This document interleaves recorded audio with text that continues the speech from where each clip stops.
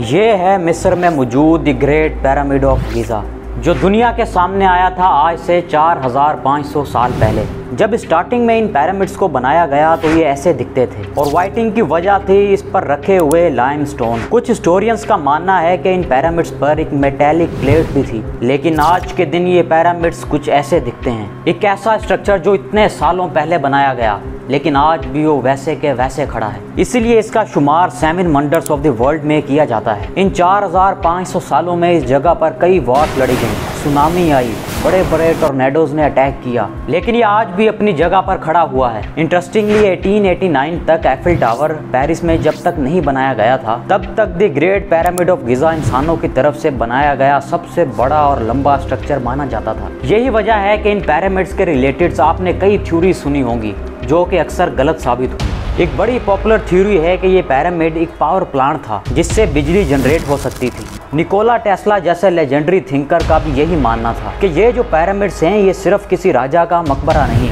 बल्कि ये तो जाइंट एनर्जी ट्रांसमीटर्स हैं। हालांकि बाद में ये थ्योरी सभी साइंटिस्ट ने रिजेक्ट कर दी, क्योंकि साइंटिस्ट को अभी तक कोई ऐसा सबूत नहीं मिला कि जिससे ये प्रूफ किया जा सके कि इन पिरामिड्स से एनर्जी ट्रांसमिट होती है। दूसरी थ्योरी भी अक्सर बताई जाती है कि इन पिरामिड्स को अनाज स्टोर करने के लिए बनाया गया था, लेकिन इस थ्योरी का भी कोई प्रूफ न मिल सका। तीसरी और सबसे मशहूर थ्योरी का ये कहना है कि ये उस वक्त के राजाओं के मकबरे हुआ करते थे, जिन्हें फेरोज भी कहा जाता था। उस वक्त के लोगों का मानना था कि जितना आलीशान मकबरा होगा, जितना ज़्यादा हम वहाँ पर खाना रखेंगे, खजाना रखेंगे, उतनी ही ज़्यादा हमारे राजा के मरने के बाद की ज़िंदगी आसान होगी।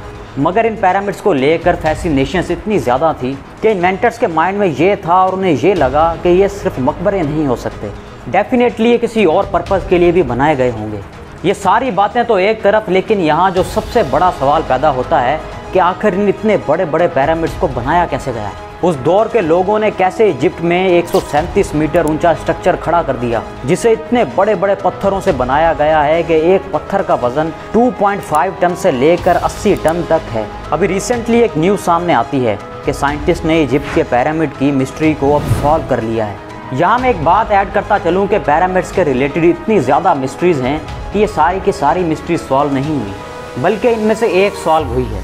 साइंटिस्ट को अब सिर्फ ये पता चला है कि इन पिरामिड्स को बनाने का जो कंस्ट्रक्शन मटेरियल लाया गया था वो यहाँ तक कैसे पहुँचा। बाकी इसके अलावा ये पिरामिड्स कैसे बनाए गए थे, जाहिर है इतने बड़े बड़े पत्थरों को उठाना, एक एक की अलाइनमेंट करना, जबकि उस दौर में कोई एडवांस टेक्नोलॉजी भी मौजूद नहीं थी, तो मानो जैसे नामुमकिन सा लगता है कि कैसे उन लोगों ने इतने बड़े बड़े पिरामिड्स को बना दिया।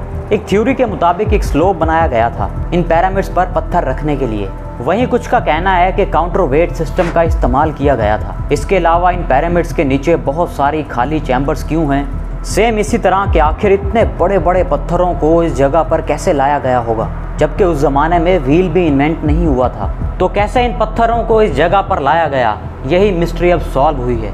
तो देखिए, ये है इजिप्ट का मैप। इस पूरी कंट्री में पिरामिड्स की तादाद है 115 से लेकर 120 तक, जो कि छोटे बड़े कई पिरामिड्स मौजूद हैं। और इंटरेस्टिंगली ये सभी पिरामिड्स दरिया नील के करीब वाक़ हैं, जिसे नाइल रिवर भी कहा जाता है। और इन पिरामिड्स को बनाया गया है ग्रेनाइट और लाइमस्टोन से, जो कि इन पिरामिड्स के आसपास से मिलती ही नहीं, क्योंकि जहां ये पिरामिड्स बनाए गए हैं उससे 900 किलोमीटर दूर ग्रेनाइट की कान मिलेगी। तो उस ज़माने में कैसे ये 900 किलोमीटर दूर इतनी ज़्यादा ग्रेनाइट को लाए होंगे।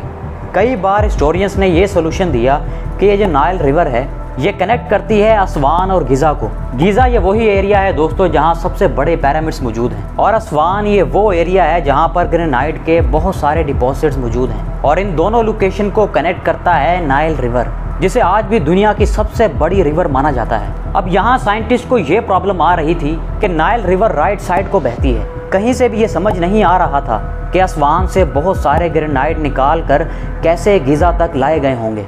लेकिन रिसेंटली अभी एक डिस्कवरी होती है और साइंटिस्ट को ये पता चलता है कि उस ज़माने में नाइल रिवर के पास एक एक्स्ट्रा ब्रांच भी हुआ करती थी, जिसको अहरमत ब्रांच कहा जाता है। ये ब्रांच उस लोकेशन के बिल्कुल सामने बहती थी जहाँ ये पिरामिड्स बनाए गए हैं, और यही वो रास्ता था जिसके थ्रू बड़ी बड़ी बोट्स के ज़रिए बहुत सारा लाइमस्टोन और ग्रेनाइट को ट्रांसपोर्ट किया जाता था। और माना जाता है कि वो बोट भी किसी खास किस्म की डिज़ाइन की होगी, क्योंकि इतना ज़्यादा वेट कैरी करना और फिर 800-900 किलोमीटर तक जाना, ये बहुत बड़ा चैलेंज रहा होगा। इसी के साथ साथ the great pyramid of Giza जिसे 20 सालों में बनाया गया था, तो जाहिर है इतने अरसे तक ये ग्रेनाइट और लाइमस्टोन्स को वहाँ से लाया जाता रहा। और यहाँ आप ये जानकर शायद हैरान हो जाओ कि जैसा कि मैंने आपको बताया कि इजिप्ट में कई और पिरामिड्स भी मौजूद हैं, तो माना जाता है कि इन सारे पिरामिड्स को बनाने में कई हज़ारों साल लगे और कईयों के मुताबिक सिर्फ 1000 साल। लेकिन आप ज़रा इमेजिन भी करके देखो कि 1000 साल तक कैसे इन इनलैंड वाटरवे के थ्रू लाइमस्टोन और ग्रेनाइट को लाया जाता रहा। और माना जाता है कि वो बोट भी किसी खास किस्म की डिज़ाइन की होगी